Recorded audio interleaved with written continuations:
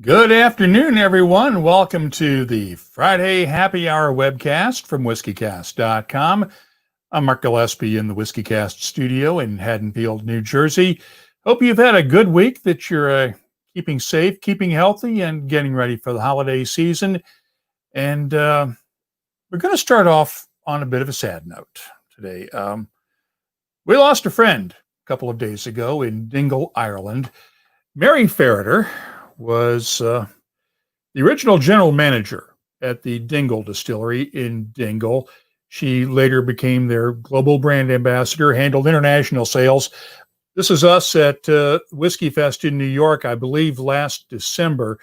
I was part of a press trip that Mary hosted over at Dingle and in Dublin in May of last year. And frankly, Mary was just a sweetheart. She was one of these people that had such an immense sense of pride in her little town of Dingle and for Irish whiskey in general. She was there from the beginning when the late Oliver Hughes and his partners founded Dingle several years ago. We were driving down in a van from Dublin to Dingle for a couple of days, and you could see the smile on her face getting bigger as we got closer and closer to Dingle. And to drive into Dingle, you have to drive through these mountain passes, really winding roads, and then you come through the pass and you look down onto the peninsula and you look down onto the town, the cliffs out to the pass to the town, and the smile on her face, just to be able to share that with people, was just something that she really enjoyed. She died on Wednesday very suddenly in her backyard. From what I'm told, she collapsed and medics were called in, but were not able to revive her. Ironically, it comes just a few days after Oliver Hughes, her colleague at Dingle, was honored posthumously with a chairman's award by the Irish Whiskey Association and Chairman David Stapleton of Connacht Whiskey Company for his contributions. And it's a real shame because that's an award you could easily see Mary having earned. And sadly, she will also have to receive it posthumously one of these days. So I hope you will join me in raising a glass to Mary Ferreter. And on behalf of everyone in the WhiskyCast community, we send out our condolences to her husband, PJ, her family, her friends at Dingle, and throughout the Irish whiskey community. So sláinte and rest well, Mary.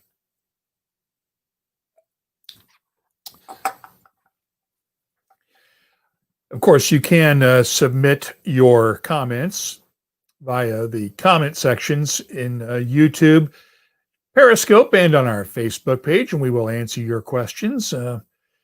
Crumpler, so sorry, sir. Thank you very much, Crump. Pete Head, evening, Mark. Evening to you as well, Pete Head. Chris Ratcliffe was just called WhiskyCast's #1 correspondent by Nurse Dave's Shaving World. I should point out that Ratcliffe is our only correspondent right now, which makes it easy for him to be the #1 correspondent. Crumpler says, howdy. And Graham Fraser says it's his third whiskey live stream tonight, so it's been a good night. Graham, I hope you're dramming responsibly right now. I want to bring in our guest for tonight, Darryl McNally. Hi, Mark. Dublin. How are you, Darryl? Yeah, good. Yeah, good Friday evening. It's 10 p.m. here in Ireland, so perfect whiskey time. And Darryl is the master distiller at Dublin Liberties Distillery in Dublin, in the Liberties neighborhood. If you've been to the Liberties, you know that the DLD, as it's called, is literally a stone's throw. Not even, you could take a pitching wedge and hit a golf ball between Teelings and the DLD. They're that close. That's right, yeah. Mm-hmm. So, and Darryl, I know you knew Mary Ferreter well. Tell us some of your memories of working with her over the years. I think one of the first times I met her was at one of the Whiskey Live in New York, where Dingle actually had their table right beside our table. So as you summed up, Mark, just a lovely lady and so passionate about Irish whiskey that it is a sad day on Wednesday. And as I say, we just wish her and the family sort of our condolences. And she was a great lady for Irish whiskey. So what is in your glass tonight? My glass tonight, I actually use Friday nights for some of our innovations. In my glass tonight is one of our Dubliner beer cask, actually. So What I tend to do at the weekend is to that necessary job of a master distiller is to try and come up with new products for one of our brands. So tonight I'm actually drinking the old-fashioned beer cask for the Dubliner range. So cheers, everybody. And where did the beer come from? The beer actually came from Rascals, which is a brewery within the Dublin 8 area of Dublin. So we're very passionate about bringing local breweries in collaboration with doing our beer cast series. Last year we did 3. We did one with Carlo Brewery, we did one with Five Lamps, and we did one with Rascals. And then this year we're doing 2 more with Rascals, because they're quite close to us. So yeah, it's been very, very greatly received around the world, from an innovation point of view, where essentially what we do is we lend our casks to the breweries. They use their beer then, usually high strength beer. They put the beer into the cask for anything from a number of weeks up to, a number of months. We then bring our casks back freshly emptied with the beer and put our Dubliner blend in, and again, leave it for about 3 months, which just imparts some of the flavors. It's amazing just how much of the flavor actually comes out in a very short period of time. And it's it's an extra addition then to the Dubliner family in Bratton. How does the beer taste in different tones? Because obviously you're making beer to make whiskey. Yeah. But you don't put the hops in before you distill right. it. Sure. But how much of that flavor comes through? Because obviously the whiskey and the beer complement each other well because they have that same heritage. But sure. Mm-hmm. Not all beers work together well. So how do the tastes play well together? Yeah, I think the beer needs to be quite, full-bodied. One of the best examples we had was like a coffee stout that we used from Rascals last year. And the whiskey, after about 3 months with the Dubliner whiskey in that cask, it was amazing because you kept looking at the glass with, the brown amber liquid in it, but you were getting all these lovely flavors like an Irish coffee without the cream and without the dark color of the coffee. So it almost was... it was almost tricking the brain into thinking, oh my God, this is like an Irish coffee stripped of cream and stripped of the coffee aspect of it. And so I think it's the healthy option. So it was received really well. Well, isn't an Irish coffee with the coffee and the cream stripped out of it basically just this to begin with? Pretty much, yeah, but with extra flavors of the coffee stout coming through, which was just amazing. So we'll have to get you a bottle, Mark. Do you see? Because I'd love to try it. Yeah.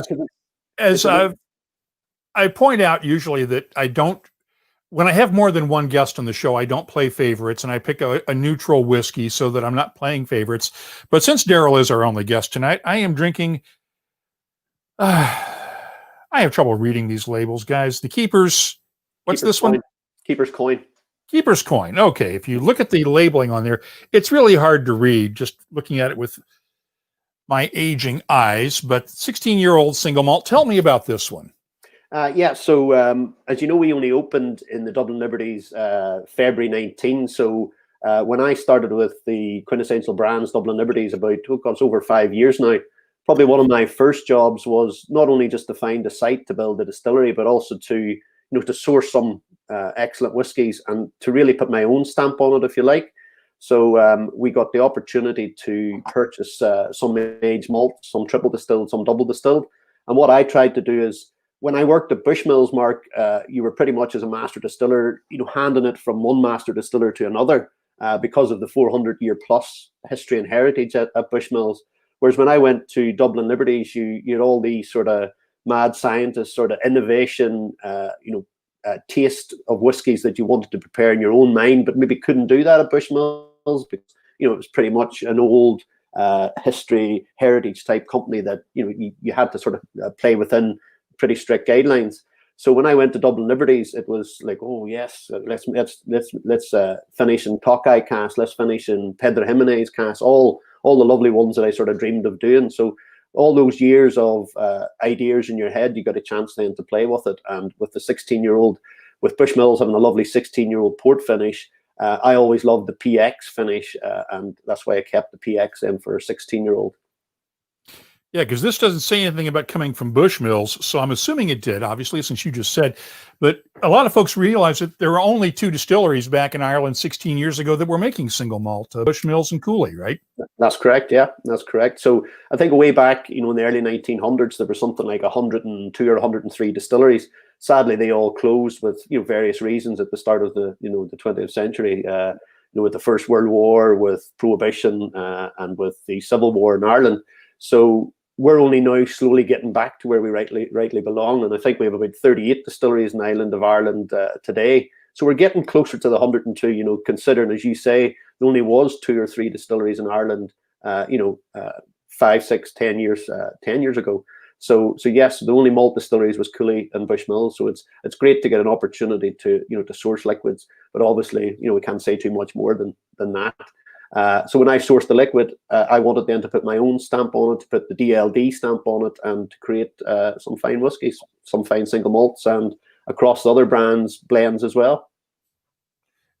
One of those blends is the Dead Rabbit blend. That's where we last saw each other a couple of years ago in New York. It's named after the famous New York City Irish whiskey bar. But what went into creating the Dead Rabbit blend? Yeah, the Dead Rabbit. So it was great because when we met, I think it was 12th of February 2018, which actually was the 5-year anniversary of the bar opening in New York. And what a successful bar the Dead Rabbit bar is. We actually owned the Dead Rabbit Irish whiskey name purely because our CEO actually loved the movie The Gangs of New York. So it was always a perfect name for an Irish whiskey. And because I've sort of know Sean and Jack, have known them for years from getting them to come up and visit at Bushmills, and I had sort of shared with them my sort of career change, if you like, to go to Dublin Liberties Distillery. We also discussed then that we had the Dead Rabbit Irish whiskey, and we thought what a great idea it would be to work together, to collaborate, to make this ideal whiskey that was perfect for the bartender, perfect for cocktail base. So with Jack and Sean, we sat down and we took a 5-year-old blend, 30% malt, 70% grain, real nice creamy grain as well. But what we wanted to do was to give it a boost, if you like. So we used very small American virgin oak casks, about 90 litres, and we did a finish. So we have some really good photographs of Sean and Jack filling the barrels over in Ireland. I promised I wouldn't share those, but we'll maybe share them sometime when we meet again. So what we did with the virgin oak, it just gives almost like a bourbon taste to it. So it's very much Irish at heart. And just like the story of the Irish going to New York, for example, back in the 1800s, it was during the famine times of the 1840s. And back then, unlike maybe later, where the Irish actually went to the US, to make a living for themselves and to do better for themselves. In the 1840s, it was a sad story because people had to actually leave their family because there just wasn't enough food in Ireland to feed the large families that were here. So it was with a heavy heart that the Irish would have left to go to New York and ports like New York. So when they landed in New York, they were speaking in their Irish Gaelic tongue, and they were talking about Diad Rabbits. Diad Rabbits being a big, strong fighting Irishman in Irish Gaelic. But the locals speaking English were going, what are those crazy Irish guys talking about dead rabbits for? And that's where the gang came then, the Dead Rabbit Gang, which is made up with all the Irish that sort of moved across there. So what a brilliant name then for a whiskey. So just like the Irish leaving all those years ago, what we wanted to do was to create a whiskey that was very much Irish at heart, but with like an American finish to it. And we thought, what better way than to use American oak, virgin oak, and to give that last finish, just like all those Irish people that went across to the US and finished their lives there. And what it did is it gave a very robust and nice tasting whiskey, which is perfect as a base for cocktails.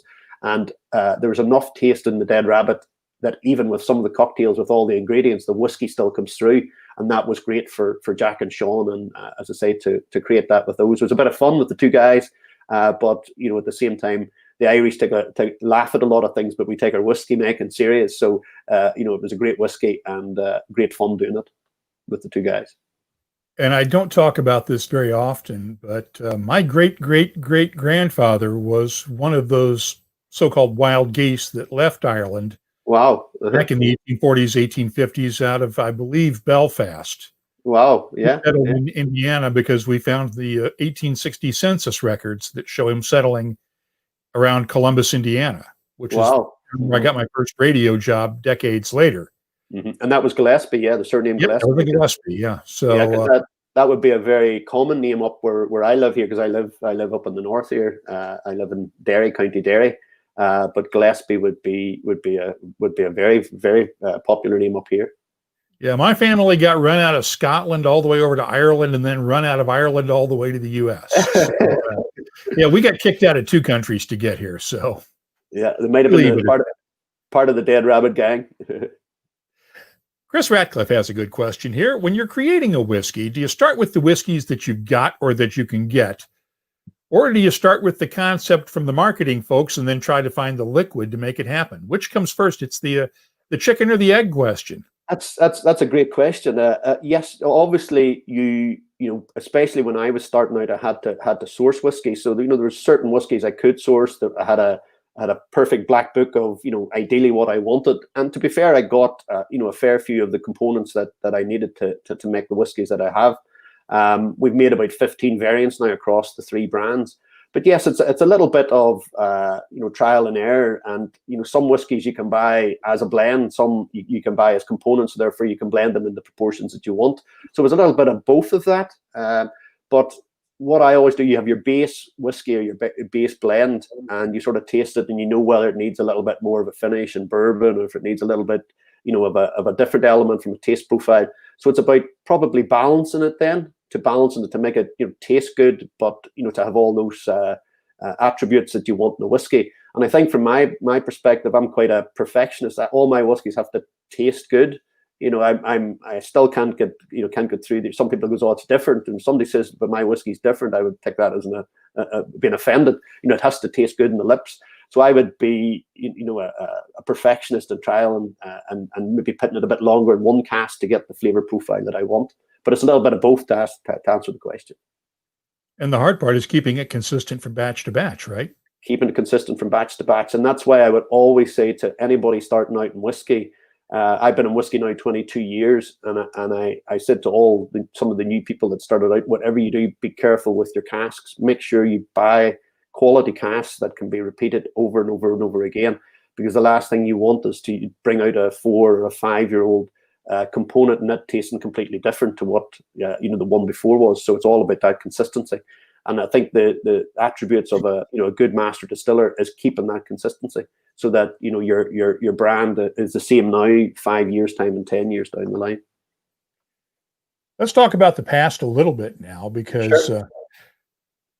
You were at Bushmills for 15 plus years, and Yeah. a lot of those years were before the Renaissance or the resurrection of Irish whiskey. For the kids out there who have just been, I'm using the term facetiously, of course, who are sort of new to whiskey and haven't known a period when Irish whiskey was in the doldrums. Tell us what it was like 20 years ago to make Irish whiskey and to be in the whiskey industry in Ireland when you only had 4 distilleries. Absolutely, yeah. So I started in 1998, and I started at Bushmills, but it was at the time that Irish distillers owned all the Irish distilleries in Ireland. So there was a monopoly, if you like. So you had, Jameson, you had Bushmills, you had Paddy, Powers, being the main ones all competing together, and all under the Irish Distillers Pernod Ricard umbrella, if you like. But there was trying times, probably more in the 80s, towards the late 80s, where it was very difficult for Irish whiskey. It made up a very small proportion of whiskey worldwide. And yeah, it was definitely trying times. And I remember when Jameson and Bushmills had the exact same case sales, but as a company, Irish distillers had to sort of put more of their marketing spend, if you like, behind one brand or another. And Jameson was the brand of choice. So Jameson sort of then started to increase and made huge progression in the US. Bushmills stayed very flat, so it was quite difficult for us. We were sort of sitting around that 340,000 case mark and not really moving off that. So then in 2005, Diageo sort of bought over, or sort of dipped their toe for the first time into Irish whiskey. And that sort of gave Bushmills sort of the money and the spend behind it. Not that we didn't feel special part of Irish distillers. We have some great friends and family there still. But Diageo gave sort of that kickstart to sort of go against Jameson then from a competitive point of view and to grow case sales.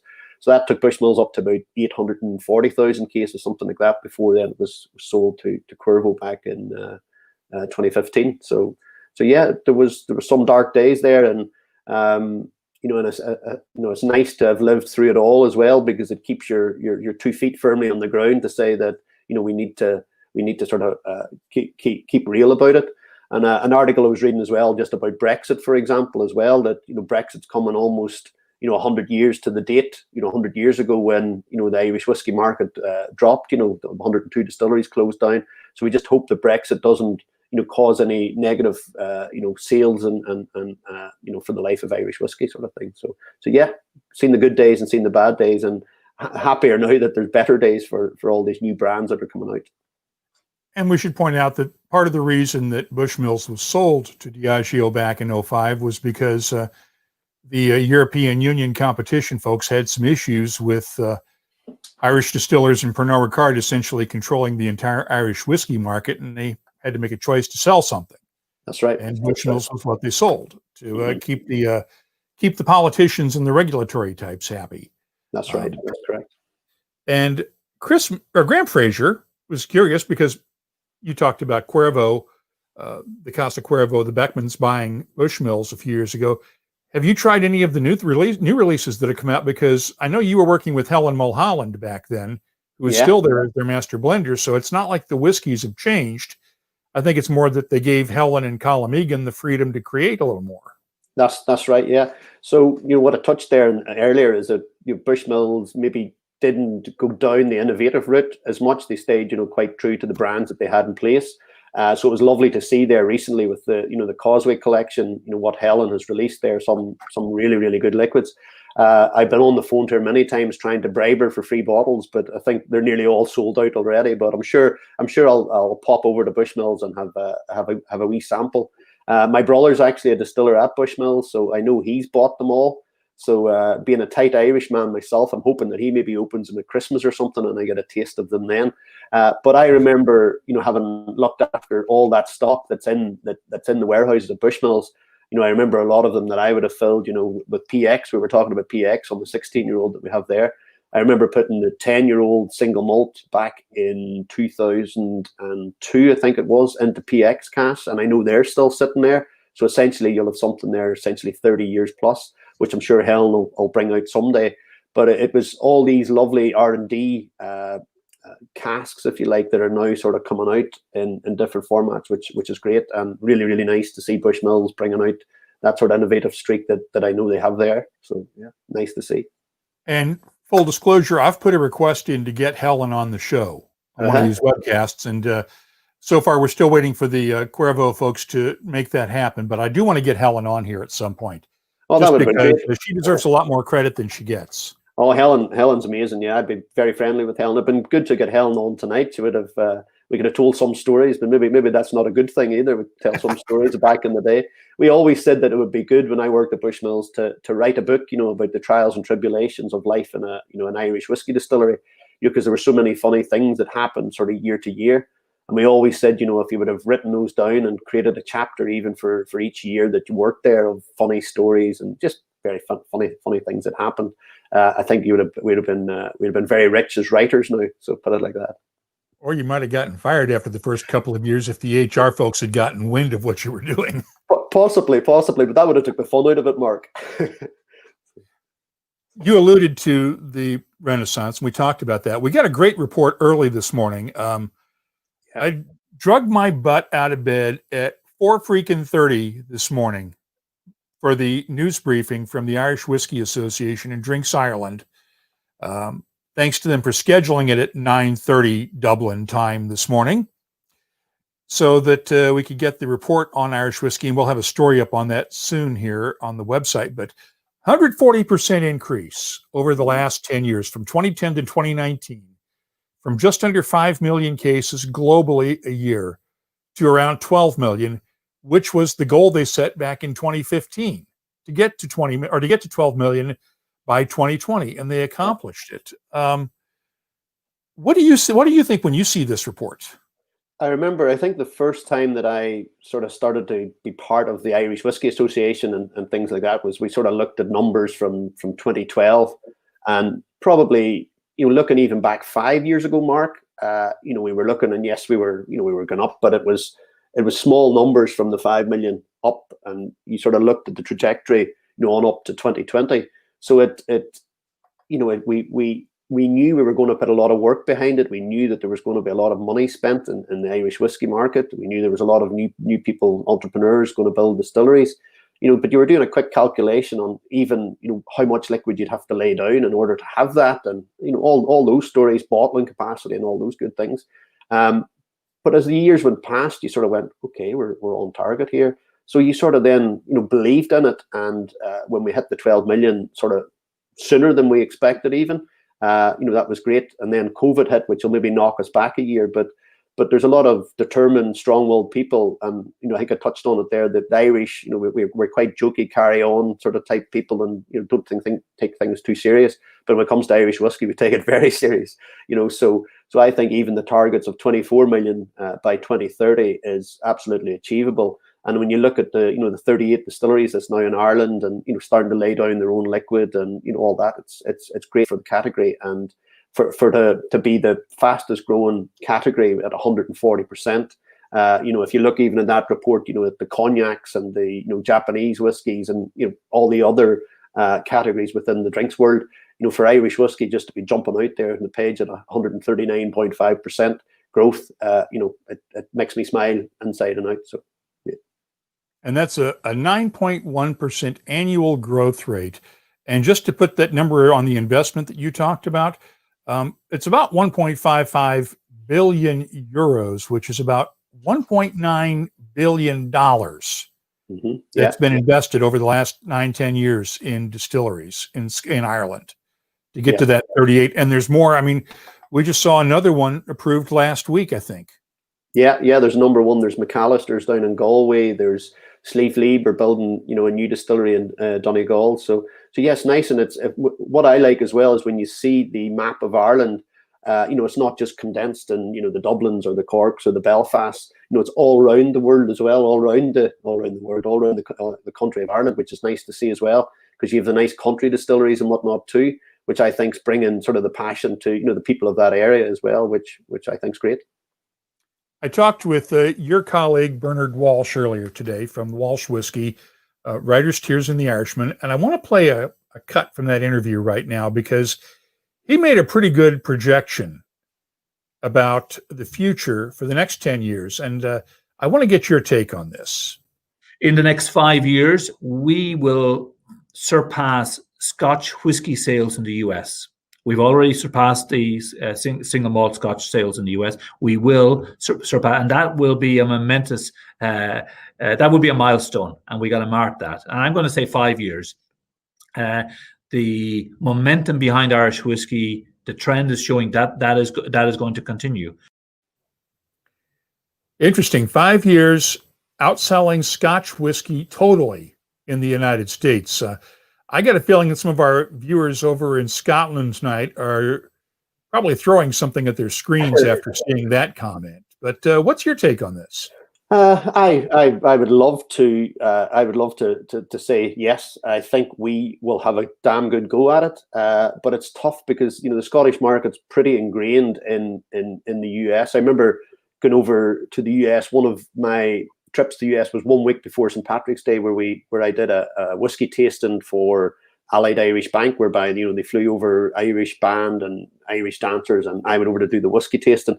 And I remember some of the people from the US saying, "So what part of Scotland is Bushmills?" And me going, "Whoa, oh my God!" It was like an insult. So I answered it back and said, "So whereabouts in Canada is the US?" And it didn't go down well at all, Mark. So and that's only maybe 6-7 years ago. So for us to be giving Scotland and the Scottish whiskey a run for their money, that's great, because it shows just how much has changed and how much Irish whiskey is now on the map, more so to consumers as well in the US and across the world.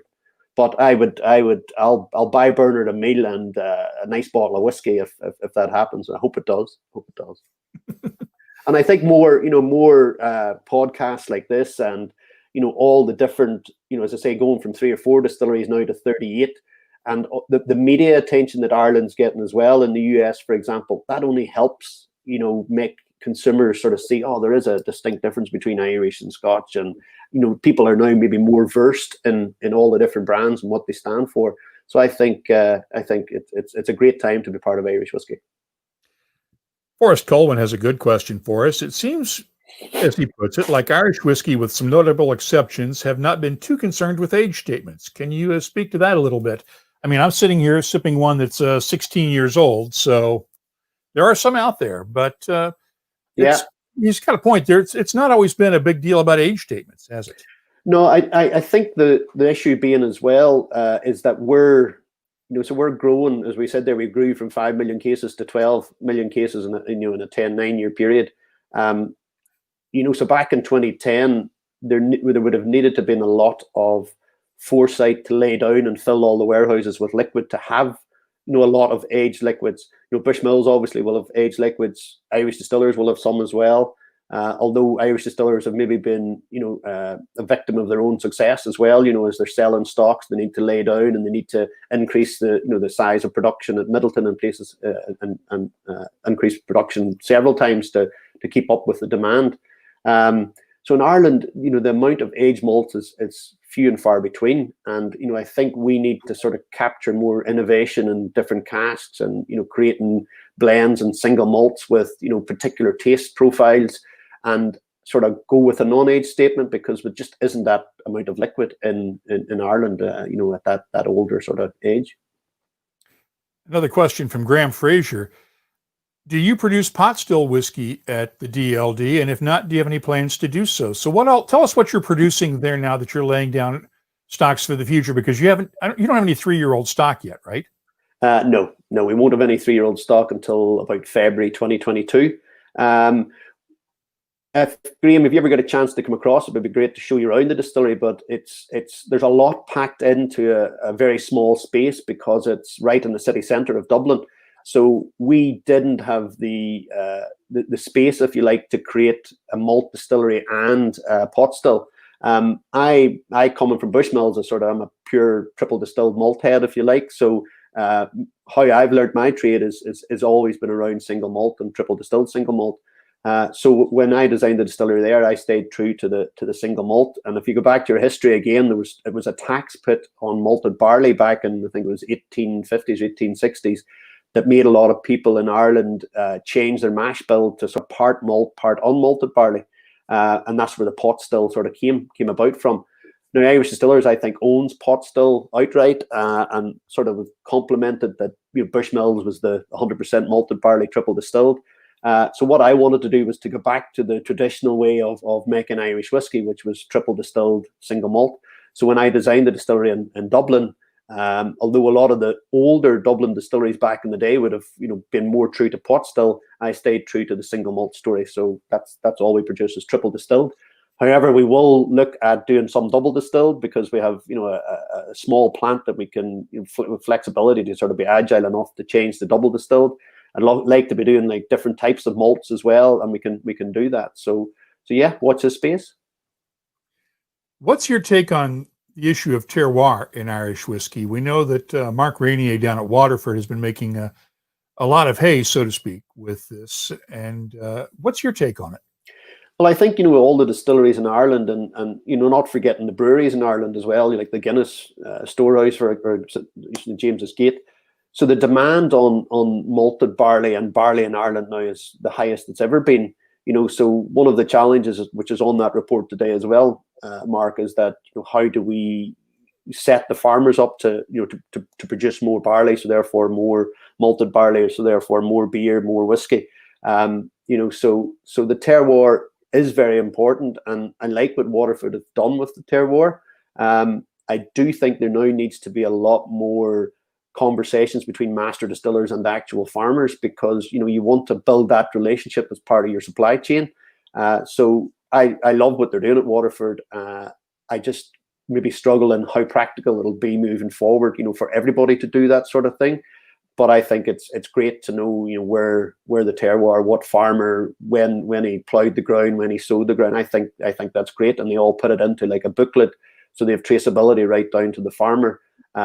Which is taken away if there's two main malt suppliers in Ireland, or barley suppliers, if you like, is Malting Company of Ireland and Bort Malt in the Thigh. So to go out to the farmer, you run the risk of maybe not malting it correctly, in smaller batches and things like that. So I think you do still need to work with the maltster, but I think the supply chain will change where the master distiller will start to go out to the farm and get to know the farmers and all, which I think is great. How often do you get to do that? Do you get to talk to any of your farmers? No, but that's something I would want to do. It's fine the time, I think, with building the distillery, getting it set up, and now probably when just before COVID kicked in for the first time, I actually began to sort of, right, okay, distillery is built, pick, brands are made, all the different blends, all the different variants of the whiskey, with 15 different variants. It was my time then to go and travel as a master distiller, to go out to the US, to talk about all the brands we're talking about tonight, but also to look at then, how can I be innovative? How can I, get out to do all those things that you never get a chance to do because you were that busy getting the distillery up and running.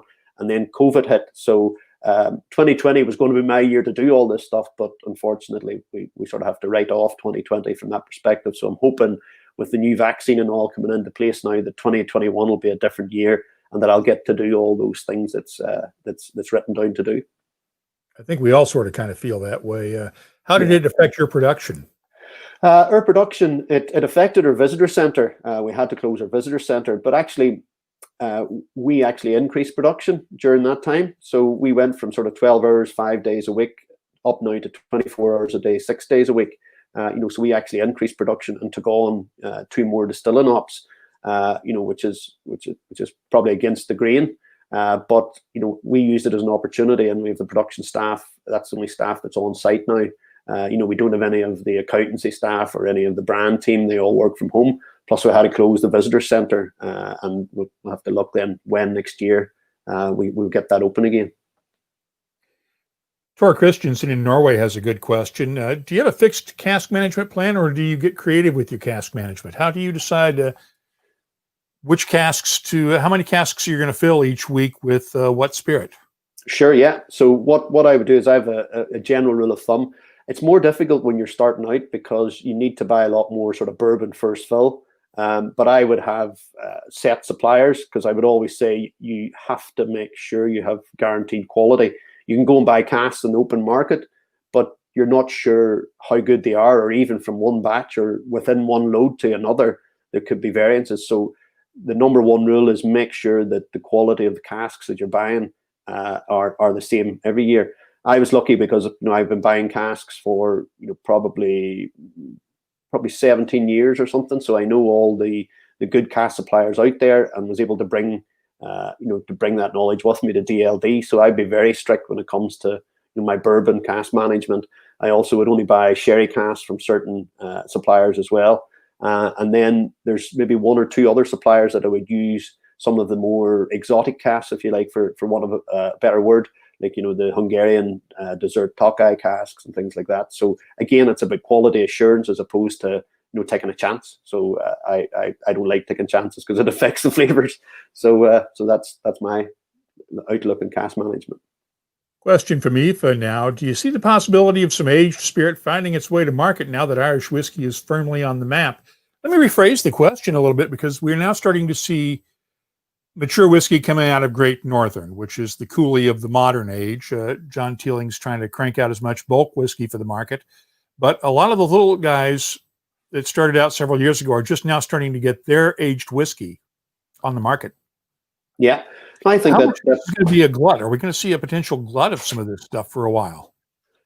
I don't think so, because when you look at the sales and how the sales are going, what we talked about earlier, I still worry that we won't have enough stock. If we keep going the way we are, I think some of the distilleries that have opened up have not went to full capacity either. They may be going to one shift, whereas what we're trying to do at DLD is to get up to that sort of 24 hours a day, 7 days a week, and have as much liquid as possible laid down. Obviously cash flow dictating, like, sort of thing. But I think the new liquid coming out will almost create another buzz, if you like, within the Irish whiskey category. I think the choice and spice of different things is going to be great.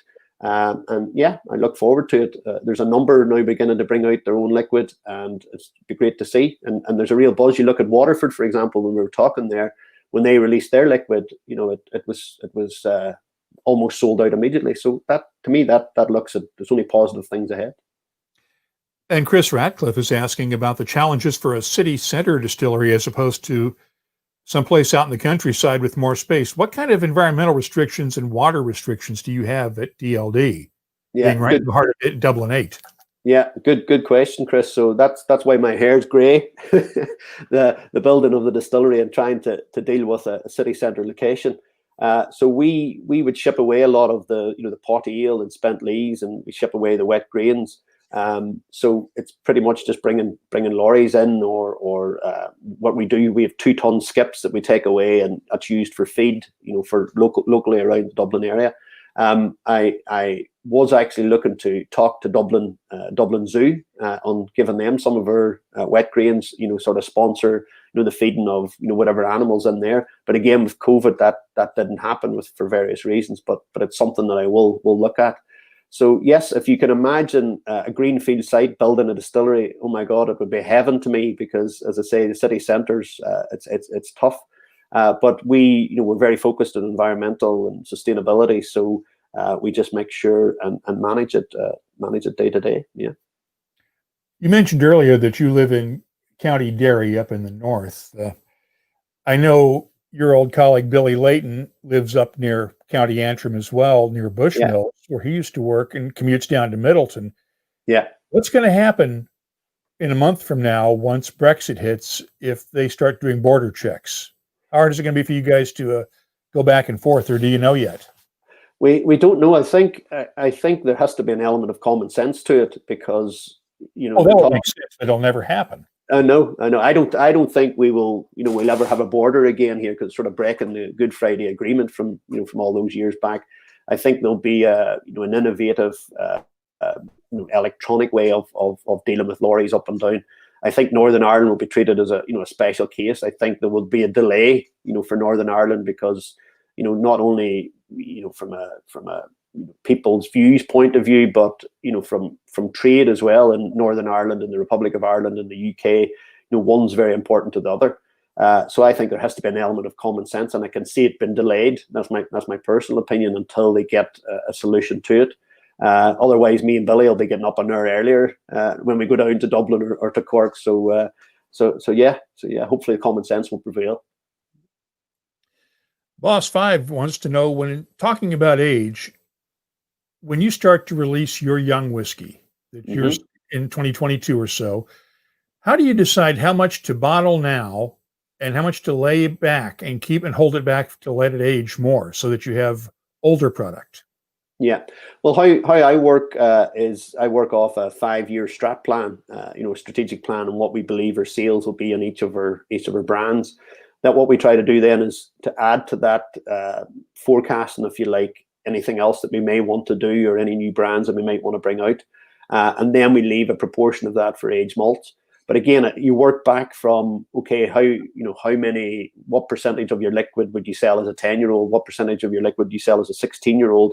And from that, you just extrapolate out and leave that as aged malts, for example, for future brands. So it's all quite mathematical, but you cover your main brands first. You build in that element of growth, what you expect to grow year on year, and it sort of spits out the numbers for you, and that's how I do it. But it's amazing, because as a master distiller, you nearly need to be an accountant. So my primary degree is accountancy and finance. Then I did a chartered in procurement and supply. So that's good, because you need to buy the malted barley, the casks, and all that good stuff. And then you need to be, a scientist, if you like, or a biochemist. So I went and did a degree in distilling then, which I finished in 2010 through the IBD, which is a great way to do it, through the Institute of Brewing and Distilling.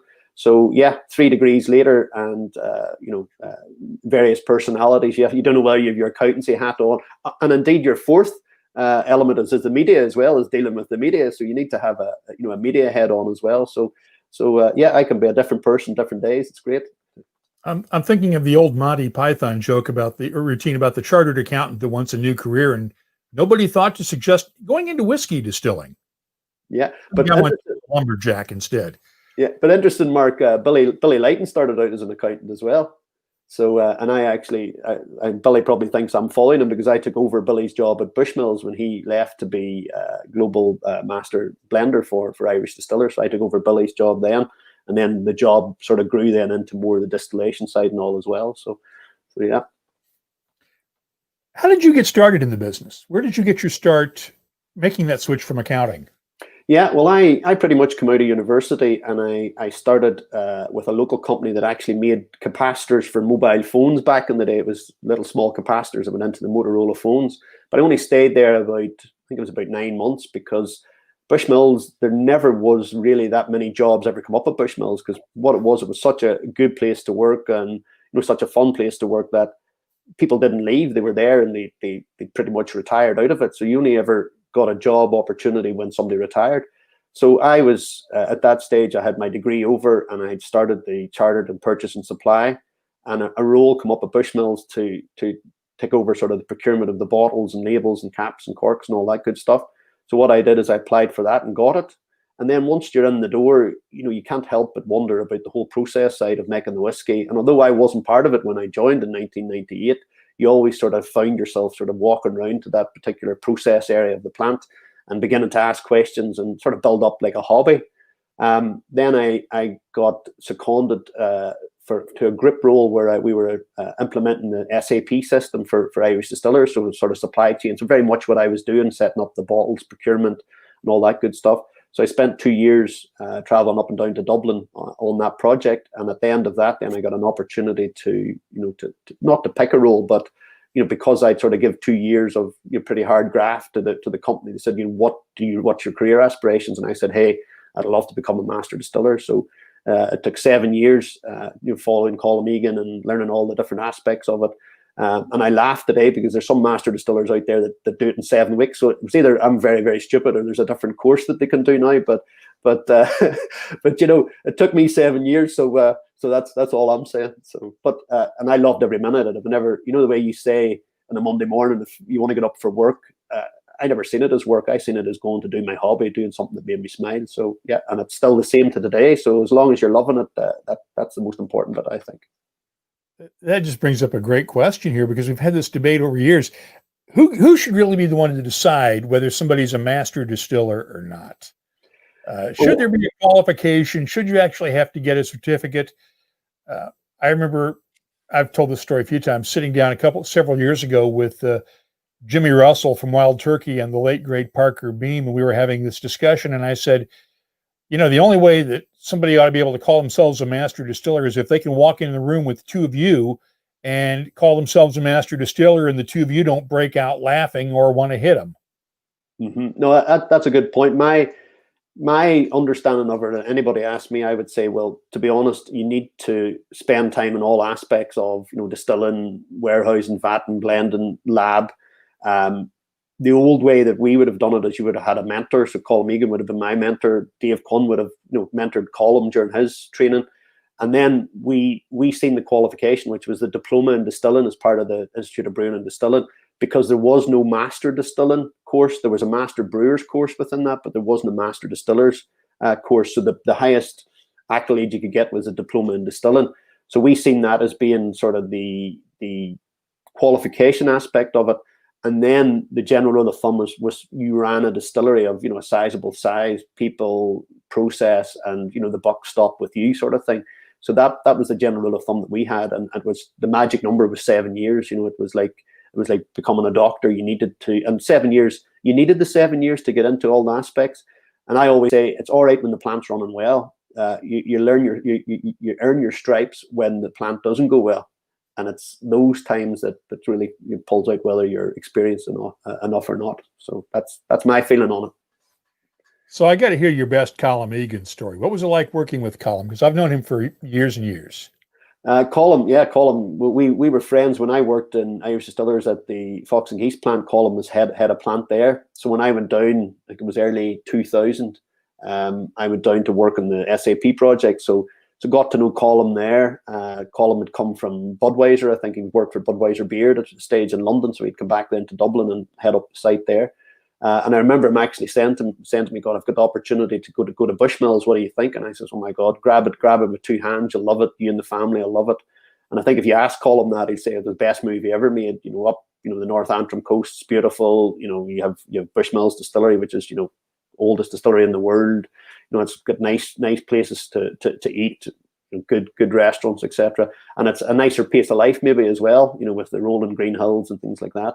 But Colin and I, we're very, very friendly. But I think one of the funniest things that I sort of encountered with Colin, we were walking around the site at Bushmills. They'd probably kill me for saying this, but just beside Bushmills, there's this sort of huge pheasant and duck and sort of sanctuary, if you like.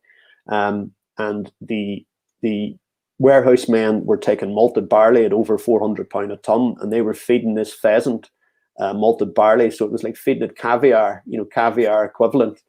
So there was this massive pheasant getting bigger with her malted barley, and there's no way you could, include for losses to a pheasant, and anything across your yields. But here Colin and I were walking around, but this pheasant had become so tame that it came to you. But me and Colin were getting a bit nervous. This massive pheasant hadn't seen it before and was coming running at us. So as it came running at me, I sort of played swipe. Must have kicked the pheasant, hit Colin in the head with the pheasant. He was trying to flap. Now Colin's 6'4", trying to flap this pheasant off, and I turned around and there was all the warehouse men absolutely in a hysterics at the two bosses, if you like, of Bushmills doing this crazy dance with a pheasant around their head. So if you can picture it, it was quite funny. I got to figure that pheasant wound up on somebody's plate at some point. I'm not even sure. I must actually ask Colin, is the pheasant still there? Because it was like, it scared the life out of us the way it just sort of came running at us. But it'd be interesting. It maybe ended up in Colin's plate. That could well be. Tabitha Spirit Bomb asks, if you could create the ultimate whiskey, how would you go about creating it? What casks, ages, etc.? I get a feeling you're already working on what you would consider your ultimate whiskey, but what would you do? Yeah, well, I think we have we have a 29-year-old whiskey where we sourced. And what I did is I did a finish in it with a Bordeaux Premier Cru. Well, we can't really say the name of the actual winery, if you like, but that was special.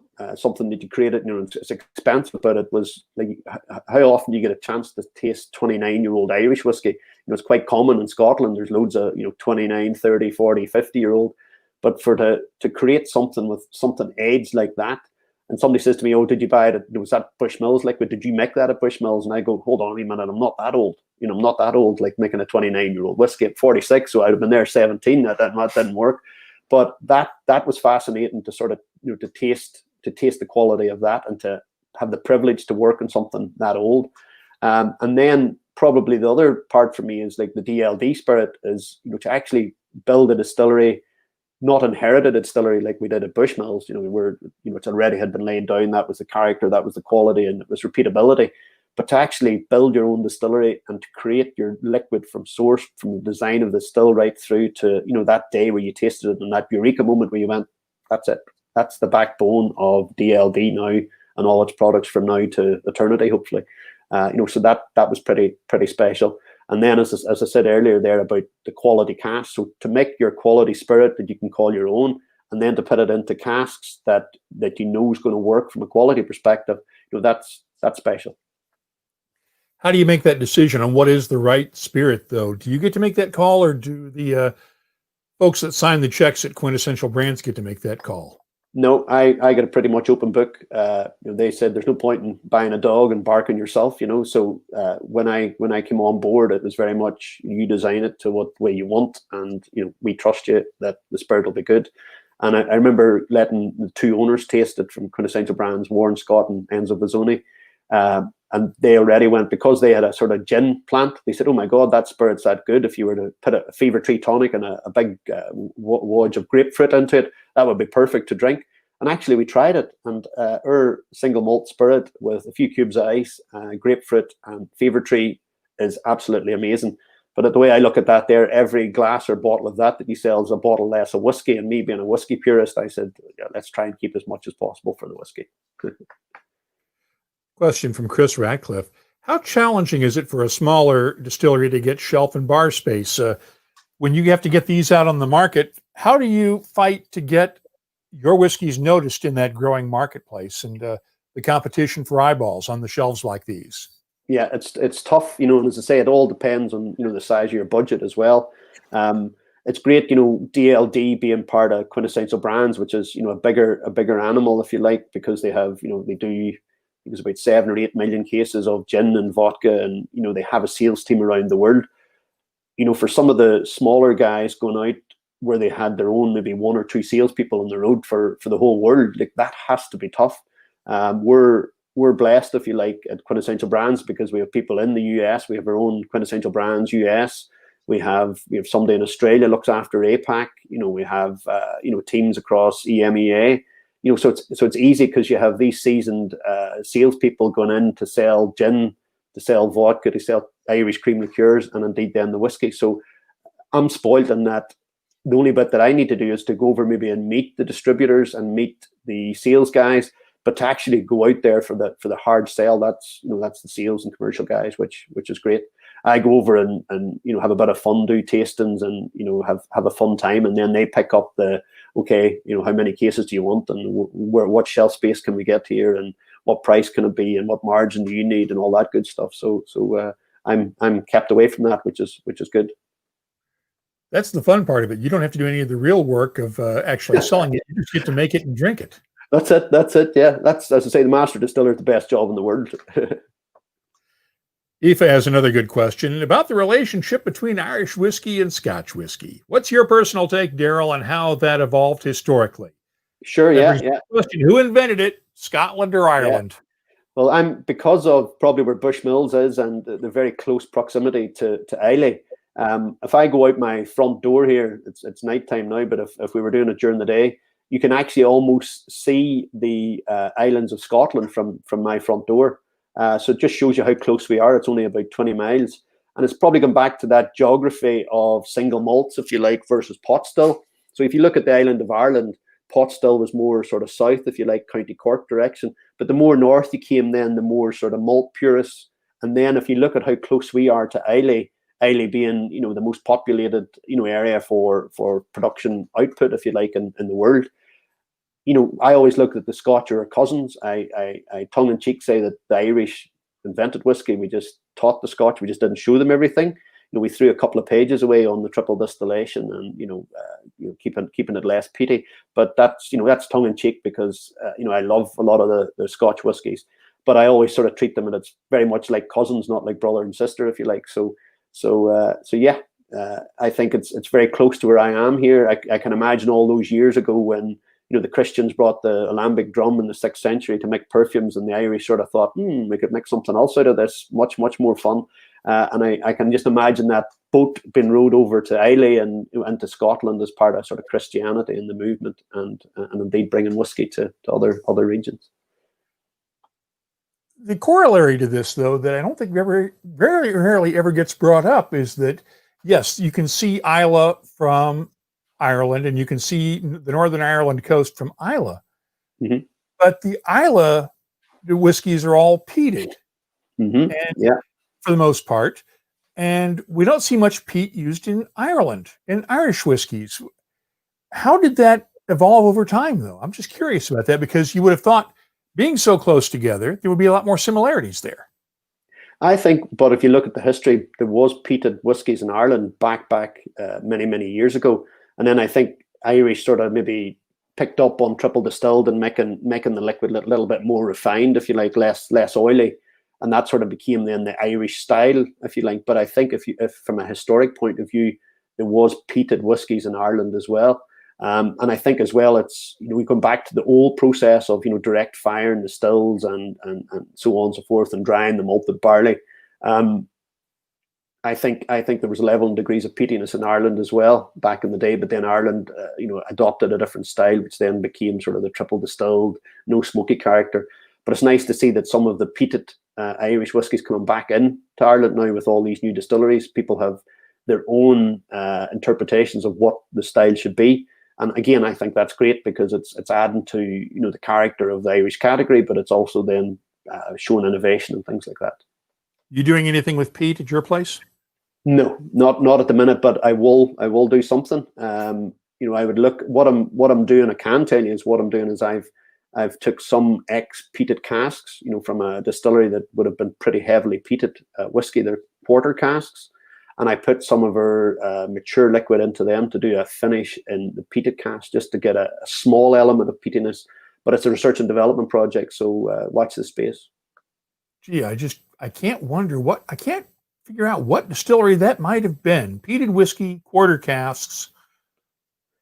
Iowa, probably. Yeah, I'm being facetious, of course. Yeah, it rhymes with Detroit, guys.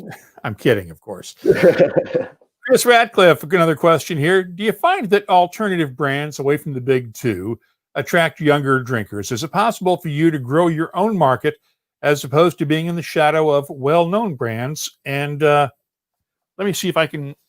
Oh, it's hidden away, and I'm not even going to try. Stuff like that one that a certain MMA fighter endorses that is popular with younger drinkers. How do you compete in that market when you've got to compete against the big boys of the world and the celebrity whiskeys? Yeah, well, having worked, Chris, for both Pernod Ricard and Diageo, being the two big players, I've seen a shift in the last number of years to probably the younger generation. I look at my son, for example, who drinks whiskey. I didn't drink whiskey as a 18, 19-year-old growing up. It was very much, down the easier to drink options, if you like. Whereas my son will have a Dubliner whiskey, and he might put maybe a mixer or something in it. But it's still, he's very much into quality, into point of difference. So I think the younger generation coming through are worried about what they eat, what they drink. They like options, whereas I can imagine as a 18-year-old going out for a family meal, and if there was 4 or 5 of us, maybe 4 of us ordered the same plate, ordered the same drink. Whereas now you go out and each family member has a different taste because there's different choices in life. So I think with whiskey, then the younger generation see it as quality. Whiskey has stood the test of time. It isn't quite seasonal. It's quite flat and grown.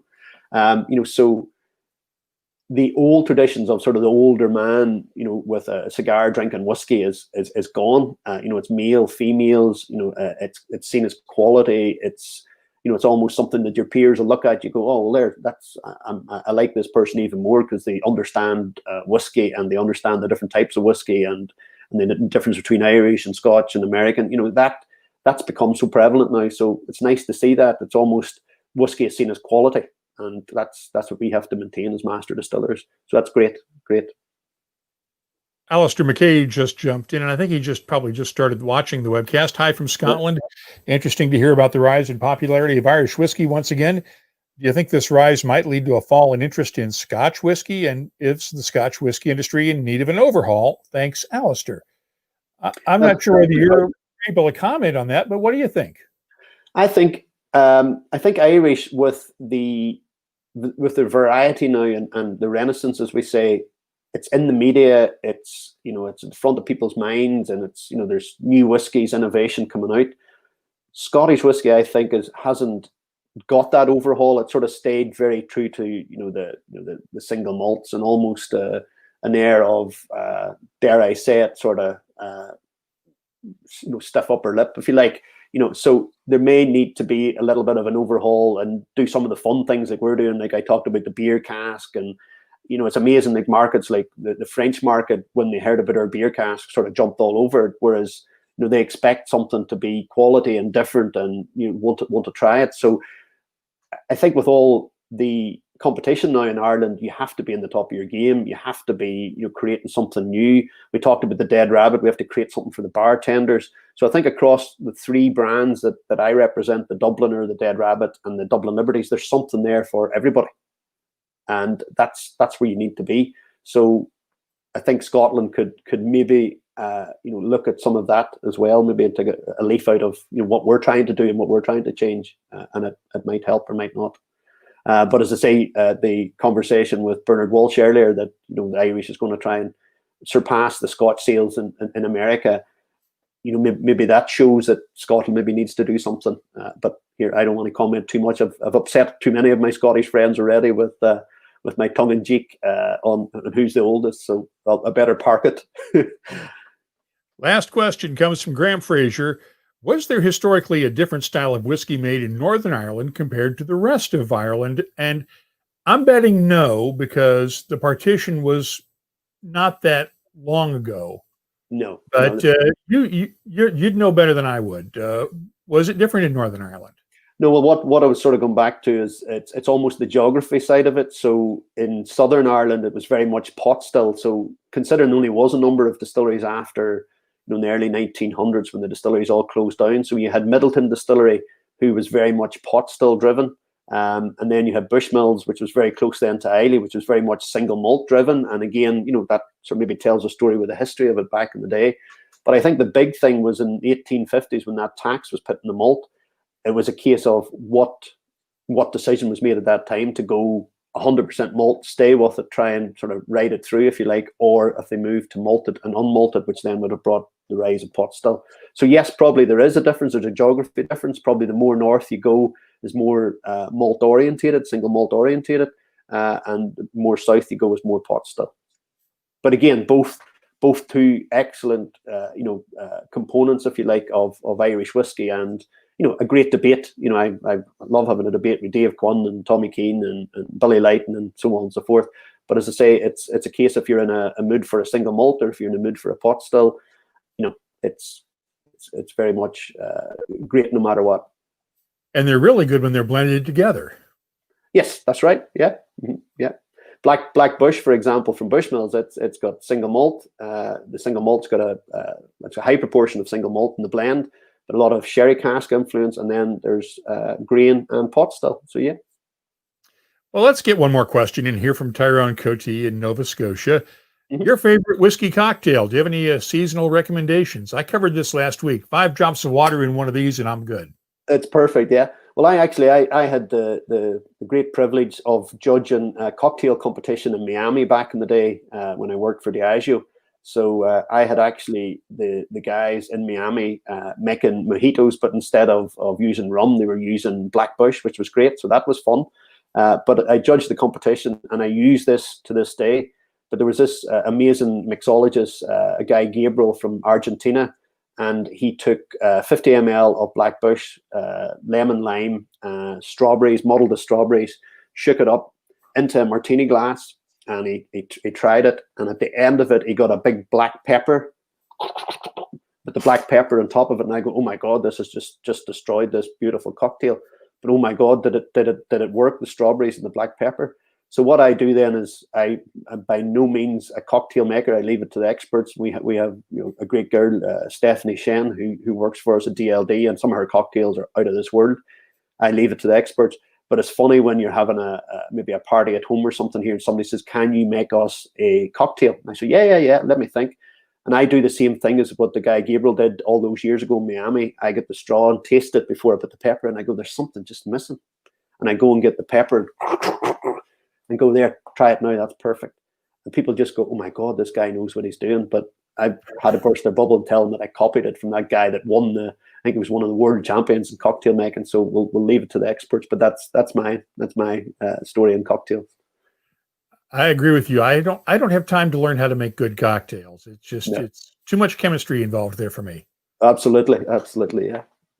Well, Darryl, we've managed to kill an hour of your time that you'll never get back. And thank you for joining us tonight. Thanks for inviting me. It was great fun. And we'll have you back on again sometime in the future. Where can people find out more about your whiskeys? Yeah, if you go on to www.thedld.com, we have a website there. And as I say, it's a good website. We have lots going on there. And if you get a chance when COVID lifts to come to Dublin, why don't you hook up and come around and see us? It'd be great to show you the distillery. And maybe have a cocktail together. And count on that, because I've not been there since you finished the place. Last time I was in the Liberties, you were still building. So when this thing lifts and I can get to the Liberties in Dublin 8, I'm coming to see you, Darryl. Absolutely. We can go and get a few pints of Guinness around Dublin after that too, Mark. Works for me. Thank you good. again, Darryl, and take care of yourself. We'll talk soon. Thank you very much. Okay. Once again, thanks for joining us, gang. I hope you had a good time tonight. And Tabitha says, thanks, Darryl. That was brilliant. Once again, join us next week. We will have Rob Arnold, the master distiller for TX Whiskey, the Firestone and Robertson Distillery down in Fort Worth, Texas. Rob's got a new book out on terroir in whiskey, and we'll be talking with him about that as well. We'll also have a new episode of the WhiskyCast podcast coming up this weekend. And we'll have my entire interview with Bernard Walsh. You saw a few seconds of it earlier tonight. That'll be up later on this weekend on the WhiskyCast website. Until we meet again next Friday, if not sooner, take care of yourselves, take care of each other, wear your masks, stay safe, happy holidays and all that. And I'll see you next week. Good night, everyone.